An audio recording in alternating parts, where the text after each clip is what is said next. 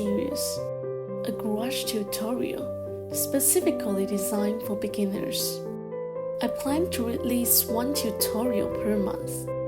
In each tutorial, there will be corresponding printable digital sketches.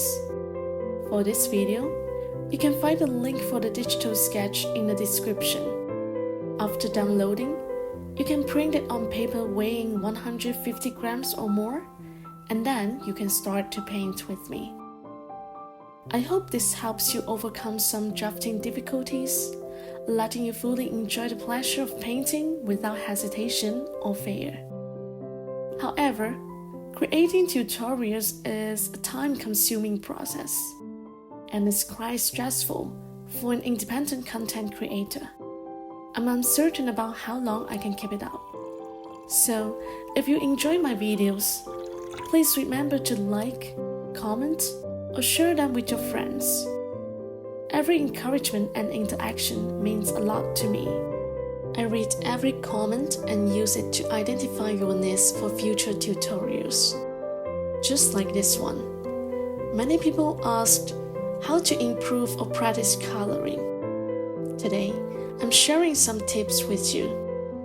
The inspiration for today's painting comes from an experience in autumn. I guess you might agree with me, autumn is a wonderful season, and as I sat on a bench watching the falling leaves, I felt incredibly calm and relaxed. I hope you can have the same feelings while watching or creating this painting with me. In the description, there are 2 digital sketches, which were created by Procreate. As you can see, I printed them on 180 gram paper for coloring. One sketch is for a complete scene, and the other one is for coloring practice, and it consists of 4 smaller identical scenes. Curious about how to put them to use? Let's dive into it. Chapter 1: Finding better color schemes. As a beginner, you might wonder, what colors should I choose? Do the colors I pick complement each other? How can I make better color schemes? This is where the sketch with 4 small scenes comes in handy. In these scenes, you can try different color combinations and find the one that suits your artistic vision. For example, if I want a cool tone, I can experiment with more blues or greens. Or if I'm aiming for a warm tone, I'll use more yellows or reds. You can even try bolder, more contrasting tones. There is no right or wrong in choosing colors. It depends on what fits the feelings you want to express. You can print multiple sketches and practice to enhance your color sensitivity and improve your coloring skills. You can also refer to your favorite artworks and apply their color schemes, practicing, experimenting, and creating your unique compositions. Learn from the masters as much as possible. For instance, in this one, I took Pierre Bona's work for reference. The vibrant color contrasts in his pieces are captivating and fascinating. Find your reference, and through continuous imitation and practice, eventually, you can develop your sense of color. When deciding major tones, I rely more on my intuition than rationality. I remember when I was a beginner, how I immersed myself in the colors through constant imitation of masterpieces. And one day, I suddenly realized I could distinguish these colors and sense how beautiful they were. I hope you can experience the same. You can even use these sketches to create scents for each season. I look forward to your attempts. Next, I'll use these color schemes to complete the painting. Let's start our painting journey. Chapter 2: Applying your favorite color schemes. First, let's lay the basic tones.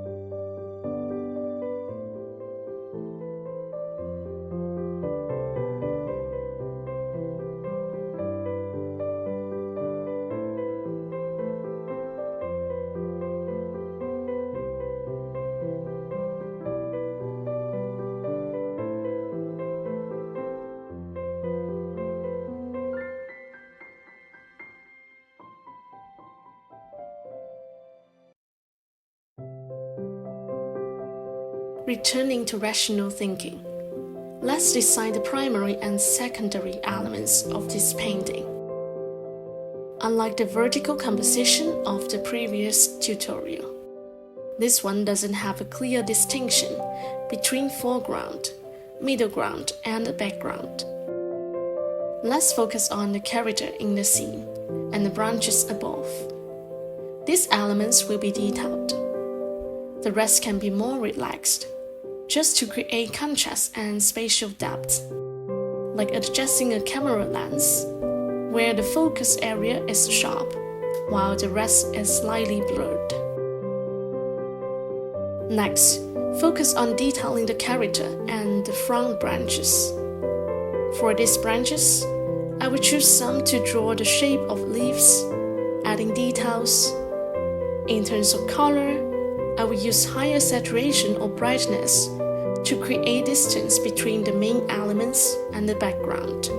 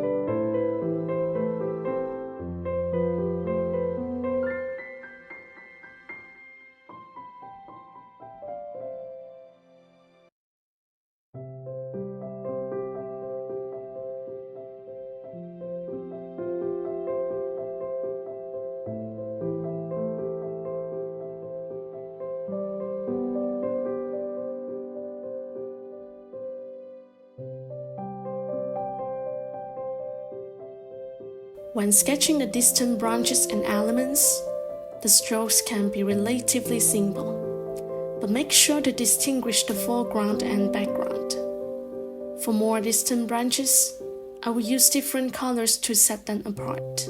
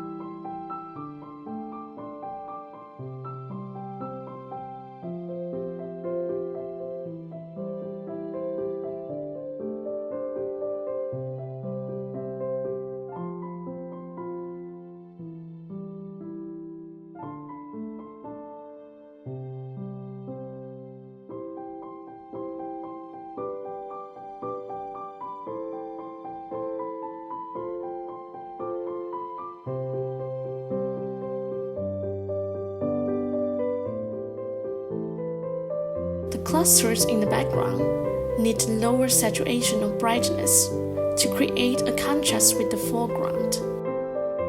The initial sketch may not convey the spatial sense between clusters, but subtle color contrast can achieve this effect.